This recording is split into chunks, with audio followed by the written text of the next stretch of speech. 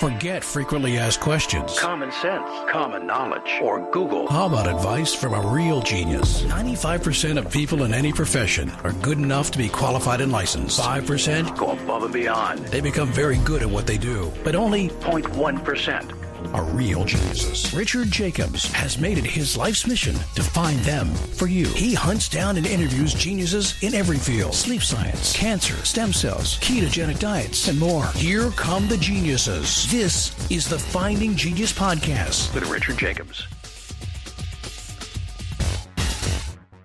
Hello, this is Richard Jacobs with the Finding Genius Podcast. I have Michael C. Munger. He's the Director of Undergraduate Studies in the Department of Political Science. He's at Duke University. We're going to be talking about some economics, some politics, and what's to come in the future here. So, Mike, thanks for coming. How are you doing today? It's a pleasure. I'm doing well. I hope you are. Yeah, I'm fine.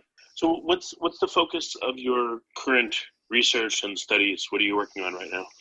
Well, I started out being interested in the sharing economy, and I thought that the value proposition was the commodification of excess capacity, because it seemed like if I have a car in a few minutes and you need a ride, and we have trouble finding each other, negotiating a price, trusting each other, then an app like Uber could help facilitate that transaction. But I've come to realize that there's probably something quite a bit larger than that, and I've, for want of a better name, called it platforms. And there's a lot of people that talk about the platform economy. I've tried to give that a particular definition. Platforms are some sort of software or setting that provide you with a solution to the problems of triangulation, finding each other, transfer, delivering the service and making the payment, and trust, that is, believing that you'll actually do what you promised to do and that you won't steal anything from me. So any system that solves those three problems is a platform.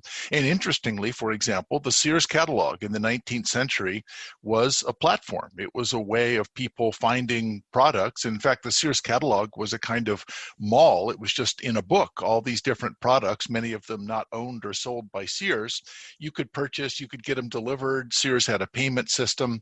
For a while when I was young, we had physical malls, that is, these giant buildings that had a bunch of individual stores in them, and the stores would come and go, but overall there was security and there were a lot of people that would visit. Now we have virtual malls like Amazon, but we also have other kinds of platforms like Wikipedia. There are things that aren't even a market setting where people can show up, they can write different Wikipedia entries, and you have someone who's in charge of making sure that they work. So what I'm interested in, that was a long answer to your question. What I'm interested in is new forms of cooperation and the way that the problem of choosing consensus generating mechanisms within software can help us accomplish those goals. Well, yeah, it sounds like a platform, a marketplace, even a media, possibly. The media being a catalog, let's say, is they're all similar, platform, marketplace. And that was the thing, was finding the unifying concept, and I think platforms is it. And that's not original to me, as you know. I've come to recognize something that other people have known for a while. Well, I mean, I guess I've been familiar with deplatforming, the ability of a platform to set the rules and kick you off when it feels like it. You know? Sure.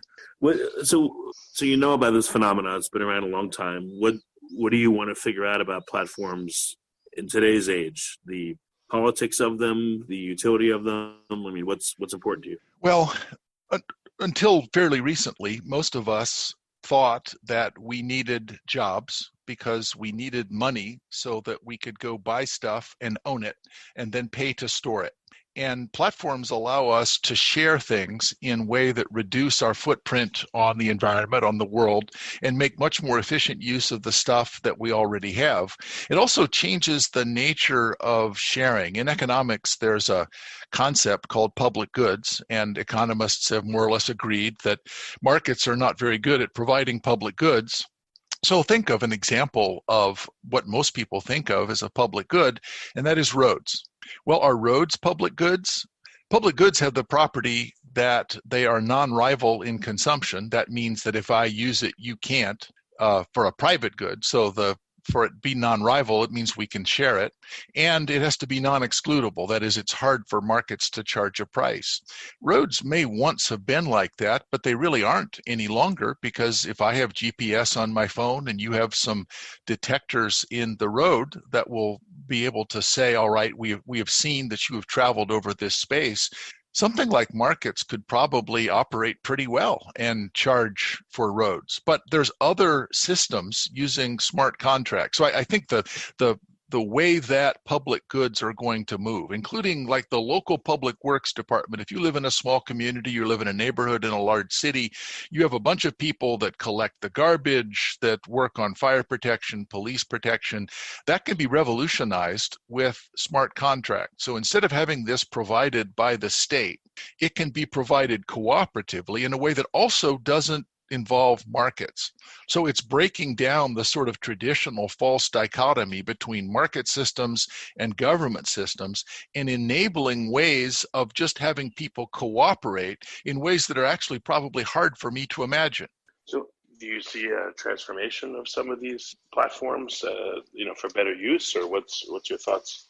Well, so imagine that you live in a small town and there's some stuff that needs to be done. So there's a sink at the school that needs to be fixed. The lawn needs to be mowed at the park, and some repair work needs to be done on the air conditioning at the town hall. Normally, we would have a person who is in charge of doing that, and that's the public works guy. Maybe there's some potholes that need to be fixed also. So we have to have a system for financing that, for carrying it out, and also for establishing a priority, the order in which those jobs will be worked on. What I think is interesting is that if we have a system of smart contracts, we can solve what economists call the collective action problem. The collective action problem, and the reason why we have public works departments, is I'm worried if I make a contribution and say, all right, I will pay to get the yard mowed at the park, nobody else will contribute. They'll all try to free ride. But imagine that we had an app that combined three sorts of features. One is a wedding registry. That at a wedding registry, it's a way of solving the problem of transactions costs. So if a new couple's getting married, they don't want to get 3 espresso makers and no blenders. So there's a list of things that they want, and you can sign up for one of them. And then the second part of this software would be something like Pokemon Go, where it's an augmented reality system. I look around and I can see a grid, and on that grid, there's a list of things, and this is from the wedding registry, of stuff that needs to be done. But if you, Richard, were to sign up for the park, it would say, Richard has agreed to donate $50 to getting the park mowed because you want to go and play a soccer game there tomorrow. So that's the high priority for you. The third thing would be a smart contract that keeps your $50 in escrow. That is, you can't take it back, you can't cheat, but it doesn't actually get paid until I commit to paying for fixing the sink at the town hall, and somebody else agrees to fix the air conditioning at the school. So that means that we can solve the collective action problem just using software that monitors our commitment, but we can also elicit information about the order in which these things can be done, because my money is now going to go to the specific thing that I care about. We no longer, in our small town, we don't even have a public works department. What we have is a cooperative system that is monitored by software. So it's as if we've created an expert system that helps us run the city much more efficiently, a lot more cheaply, but the 3 jobs that I just talked about, those are all private contracts. That's where the price comes from. So it's a kind of hybrid system. Estonia has done the country of Estonia has done some experiments with this at the local level, and frankly, it hasn't worked very well so far. But I think that What do you mean? What happened? What happened? Well, they had trouble monitoring, and they had trouble with getting people to participate because it just seemed too odd. And suppose you don't participate, there has to be some default, and that means you would just pay taxes the normal way. So as it stands, the there is no working model of this system. For a while, there was hope that Estonia was going to be able to be an existence proof, and I think it still may be. But I've given this talk a couple of places, and people say, well, they tried that in Estonia and it didn't work. For simple things, I don't see why it couldn't be proof of concept. Yeah. It's straightforward. You're right. It should be something for simple things like local government. We should be able to do it. I also would say in 1913, even for simple things like, I don't know, improving the local park. Each of the people that live in the area contributes because of, let's say, their home ownership. They own a small fraction of the park, but it's collective use. Those payments are escrowed by, let's say, a blockchain system, whatever it is. And then once it reaches critical mass, the whole thing gets funded. Yep. And I don't understand for things like that. This should work. This shouldn't. And it totally does for single items like that.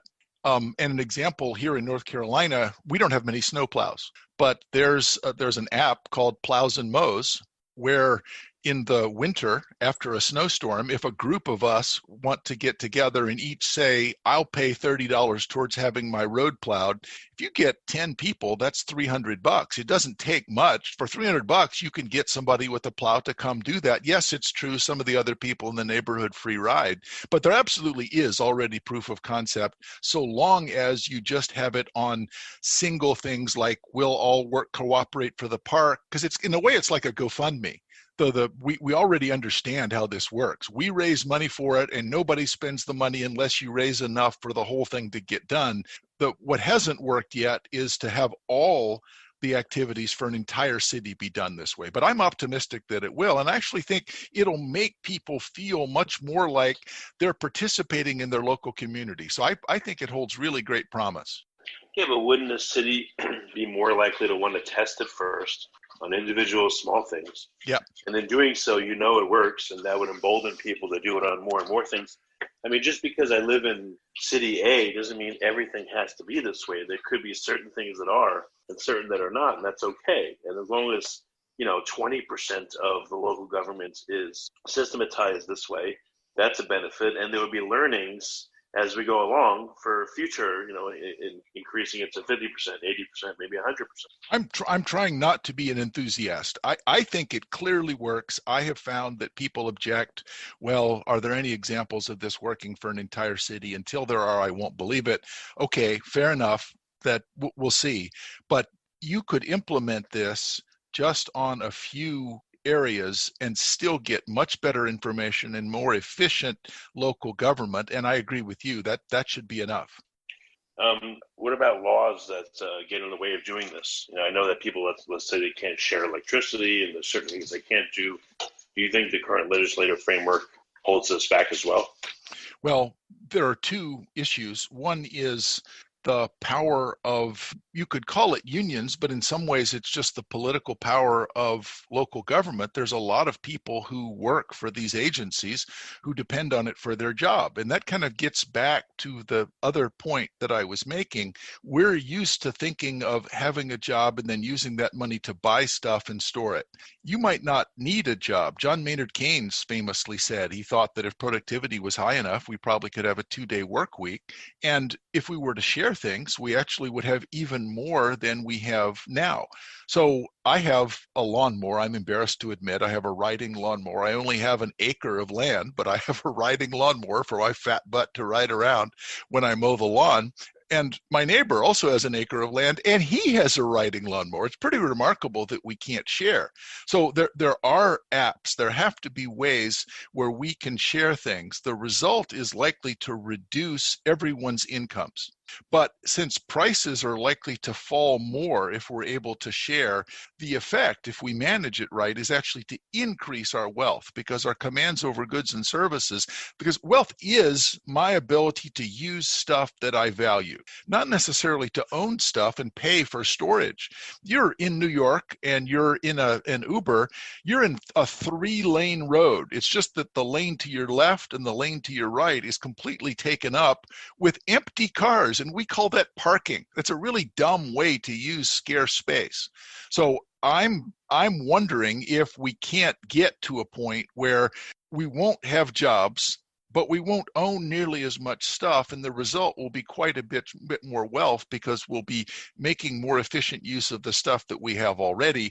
The answer to your question, though, is there are many forms of regulation that are either implicitly or explicitly designed to make sure that those sorts of transformations don't take place. We're desperately trying to lock in the existing distribution, even though it's inefficient and wasteful. So my new book, which is called The Platforms, Perils and Promise, I try to chronicle some of the ways that regulation.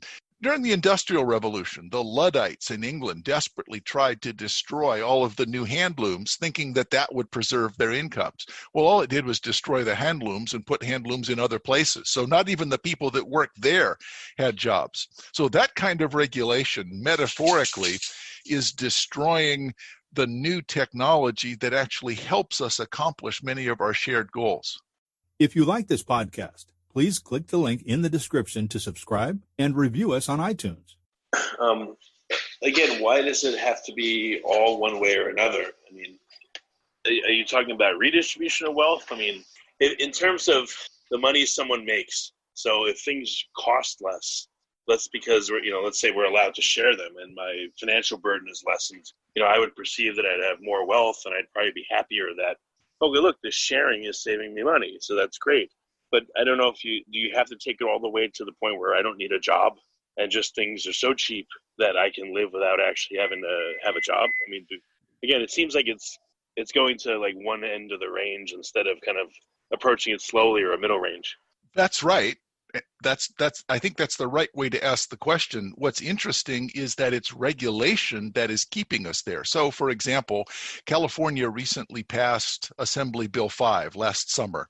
And Assembly Bill 5 said that in almost all forms of work where you do the same thing more than once, we're going to require that people are full-time employees with benefits rather than being contractors. Now, they were not even part-time? Yeah, right. Not even part-time. Really? So you have to hire them 30 hours a week with benefits. They have to be employees. They can't be contractors. And so Uber, they were targeting this at Uber, but what happened was many people that, for example, were freelance writers or maybe did a podcast on the side, you couldn't pay them more than once per month, or you had to hire them as a full-time employee. And the result, guess what, was not hiring them as a full-time employee. It was stop hiring them as contractors. So there was this huge amount of protest. And actually, California, the woman who sponsored this, thinking that she was helping people, because she had this idea, the sharing economy. You really think she was helping? Or she was just had a vendetta? I think she thought she was helping. I think she was naive enough to be taken in. Wow. Because it was organized labor that got her to move in this direction. You can understand why. It's much easier to have powerful labor unions in a setting where there are full-time jobs. It's going to be really difficult to organize contractors. So I'm not blaming people for that. It's just that the immediate response, what's interesting about this, and this is to your point about why not move part way, the immediate response was not people like me whining, oh, well, that's inefficient, you shouldn't do that. The immediate response was a bunch of people who worked as contractors saying, what the hell? What are you doing? Now I can't. I know several business owners that said, I've gotten rid of all my California contractors. I'm not hiring any of them ever again. I'm out of there, and business is leaving too. So they're just poisoning their own economy by doing that. And now there's consideration in the House of Representatives of making this a federal law.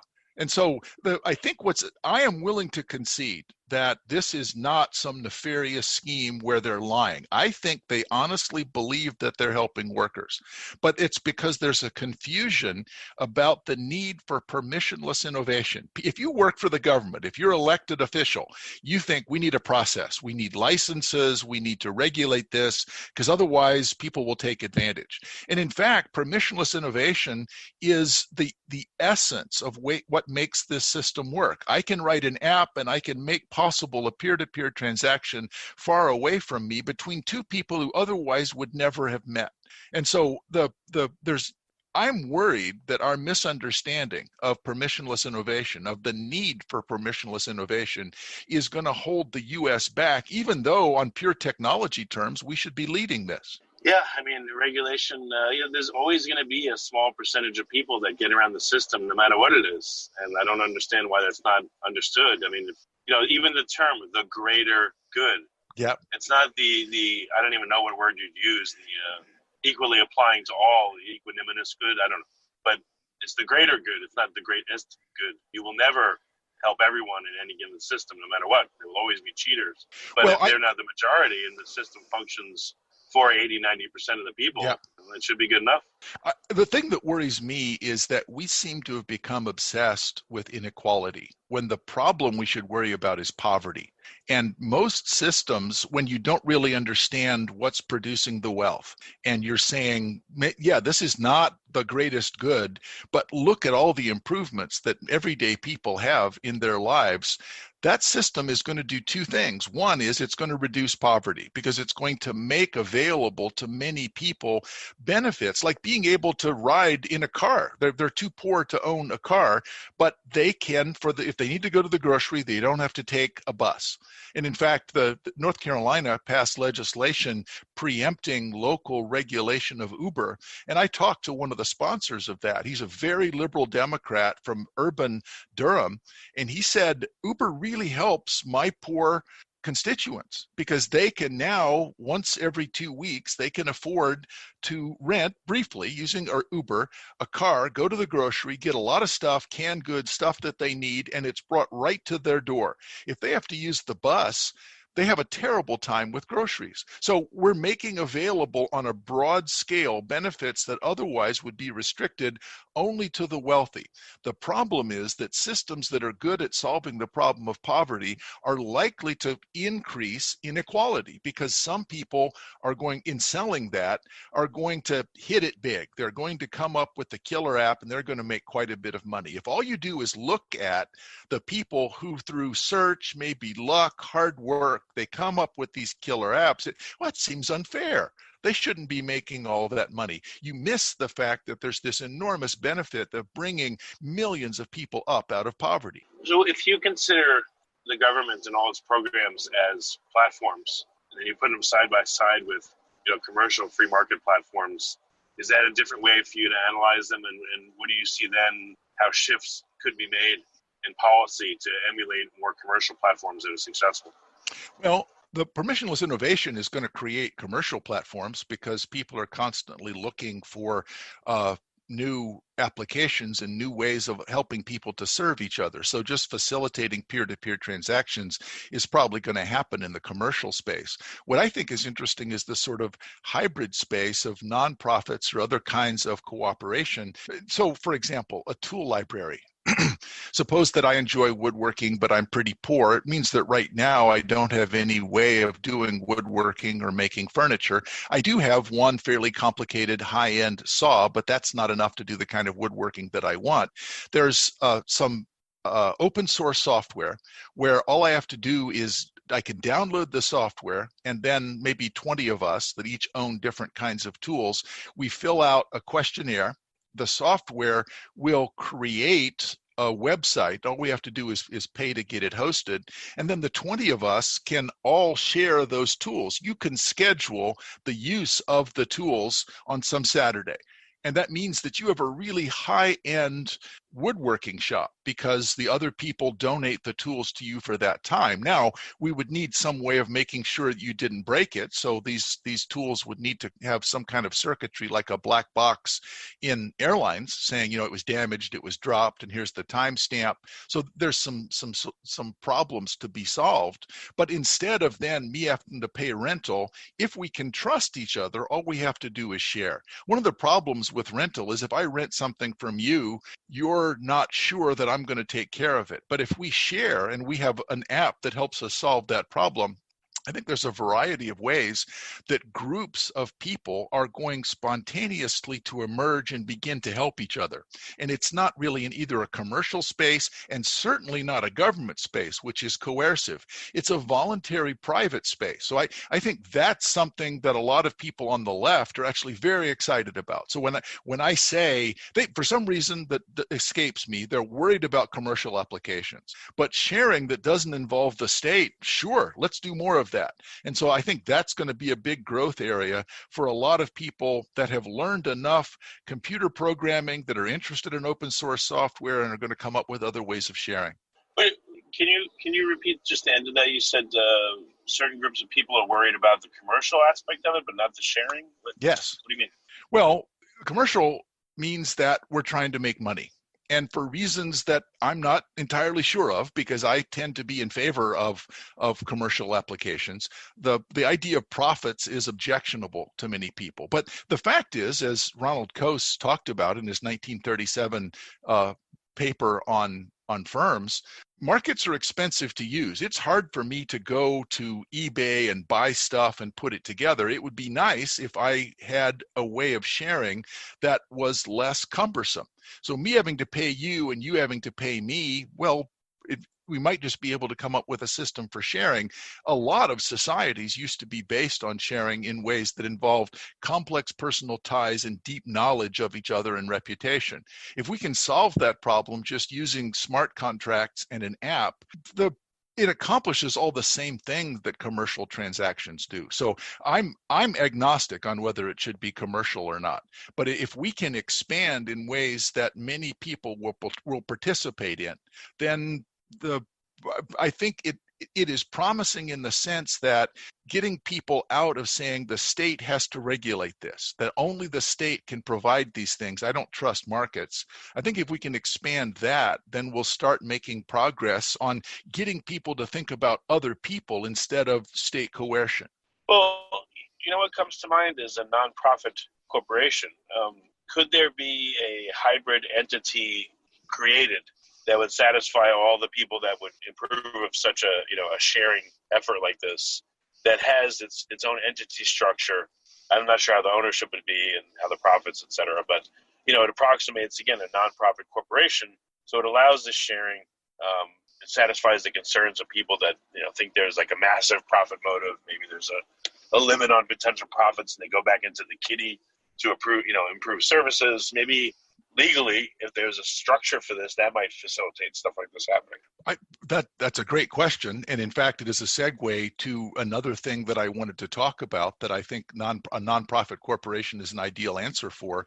So suppose that I want to get a loan for a small business, or I want to be able to use an app, and I don't have any reputation on it, but I have been renting out my apartment on Airbnb for a while, and I have 100 successful rentals, and people say this is a great guy. So I have a reputation on Airbnb, but it's not portable to any other app.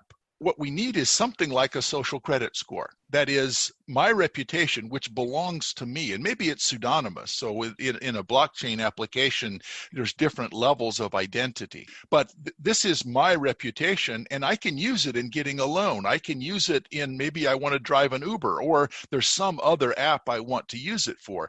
The problem with the social credit score, and I'm using that phrase to be provocative, we have social credit scores in China, and it's run by the government. I was about to say something. Well, please don't call it that.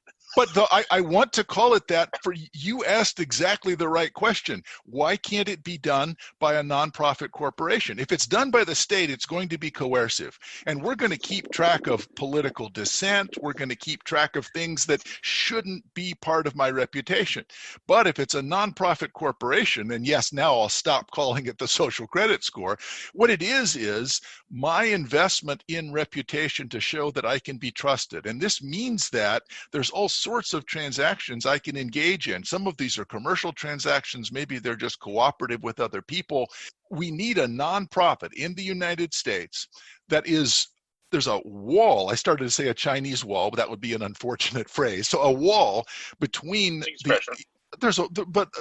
something to prevent the information within this nonprofit. So the encryption that prevents it from being available to the government, but still preserves all the benefits of having a reputation that I can then use because other people will trust me. So I think there's a bunch of, if it's for profit, people are going to say it'll be manipulated. It's going to be like the credit company. So nonprofits are the perfect solution. I wanted to credit your suggestion. Sure. Yeah, I can understand why some people would think the profit motive is what causes the problem, but I also think the lack of governance by platform users the lack of ability to really influence the platform is also another problem. Like, I'm in my 40s. I've watched, I'm sure you have too, companies, they get bigger and they become abusive. I don't know why, they just do. And there's no way for users that are now depending on these platforms to say anything. And, I know the money that they make contributes to their power, but again, there's also no governance ability from the platform users. So now you get a system where not only is it tremendous profit, which some people don't like, some people don't mind, but now you have no voice and you could be deplatformed and things happen that, you have no control over, and you've become dependent upon this thing. And now you're like, now what do I do? Right. And so a possible answer, if it's a blockchain app that underlies this, and we have a governance structure, a consensus generating structure that's based on proof of stake. And so a proof of work is cumbersome, and it doesn't work for all blockchain applications like it arguably does for Bitcoin. But if we have a proof of stake system, the stockholders also get to run the company in a way that they don't now, because the management has become evil. And it's very difficult for me as a stockholder to be able to control that. But if you have a proof of stake system for consensus generation, it's much easier to control the actions of that nonprofit. So I think blockchain is in the consensus generating mechanisms that blockchain allows are at least a partial solution to the very real problem that you just mentioned. And I've interviewed a lot of blockchain companies, and I understand the ones that have a monetary basis. They appear to be running contrary to the government's interest. Bitcoin, other cryptocurrencies. Yeah. But I've also seen, unfortunately, the companies that have these blockchain initiatives have no sense of business. Yeah. And no sense of. And so unfortunately, they've had great ideas, but they're gone. I don't know where they are. They've fallen by the wayside. They're gone. And the technology is fantastic for doing what you said. I've read about proof of stake, proof of work, et cetera. But where are they? They need a guiding hand to be put in use. And we're a long way from accomplishing that. And actually having even proof of concept is not going to be enough. We need to learn a lot about these consensus generating mechanisms. I think that's the key innovation that's going to make a difference, because it's going to allow large scale management and governance in a way that there's no other institution can accomplish. But we're far from perfecting it. You're right. There's a few people get together. Wouldn't this be cool? They write some software. There's problems with it. They don't really have a business plan, and they're gone in 2 years. But there were a bunch in the early 20th century, there were a bunch of airplane crashes for early commercial airlines, and people concluded, there will never be a successful commercial airline. It's too dangerous. Well, actually, after a bunch of crashes, it started to happen. So I guess I'm optimistic that the same thing will be true here. I am too. I just wonder if it's a bite off more than you can chew situation again. Maybe blockchain for sharing my lawn equipment may sound ridiculous, but maybe that's what's needed. I don't know. That's why I started with that example. I think local public goods that solve that problem with people that already more or less know each other and they have enough proximity will learn enough about the process. So your intuition, where you immediately said, well, wait, why won't that work? I think it will. And with any luck, in 10 years, we'll look back on that and say, yeah, that's where it started. So we need you to run for mayor of a small town so that you can start this idea and get it going. It happens that I am running for North Carolina General Assembly. So I do think that running for office is something that more of the people that are interested in this should do, if only it gives you a chance to say, this is a way that I think government can do a better job as government. Very good. Very good. So, looking forward in your crystal ball, what do you see is actually happening over the next few years? A move towards this, or going nowhere? I think it'll be like the early years of the Industrial Revolution, where it not only will not go nowhere, there will be a retrenchment where the concern for preserving traditional ways of doing things and traditional jobs is going to make things quite a bit worse. And so we're going to make backwards progress in a way that's going to create quite a bit of poverty over the next 5 years. So the move to the Industrial Revolution, even though it was inevitable, was really destructive. There were riots. The cities of Europe were on fire. And I'm worried that we're going to see some of the same thing. I'm, in the short run, pessimistic, but in the 10 or 20 year term, optimistic. Okay, excellent. So what's the best way for people to learn more about these ideas, about blockchain, about sharing, about these platforms, where should they pick up your book? What's the recommendation? Well, I have a new book on platforms that is coming out with the Institute for Economic Affairs in London. And if somebody just sends me an email, I'm happy to send you a PDF of that. If you want to buy the book, that would be fine too. But I'm happy to send a PDF. I think that I should reduce the transactions cost of this. So just send me an email at munger@duke.edu. That's munger@duke.edu. And I'm happy to share what in effect is the ebook. It's called Platforms, Perils, and Promise. But if you want a physical copy of my Cambridge book, it's called Tomorrow 3.0, and it's available on Amazon. But I also write a basically weekly column for AIER, the American Institute for Economic Research, and a lot of the ideas I've written up in essays there. So if you just look for Munger and AIER, you can find quite a few of these ideas written out in 1,000-word format. Oh, that's great. I was just about to let you go, but I want to ask one quick question. Do you know of anyone that is forced to use, or God forbid, willingly using China's social credit system and their experience with it? Any stories or any fine stories about it? There have been a couple of Planet Money, the NPR podcast about it. What was interesting was having the social credit score turned out to be, they could bolt this on to contract tracing for coronavirus. And so many people in China are required to have on their phone an app that connects their social credit score with their movements, so that you have this sort of one-size-fits-all way of, where have I been? Is there some danger that I have coronavirus? Is there some danger that I'm a dissident?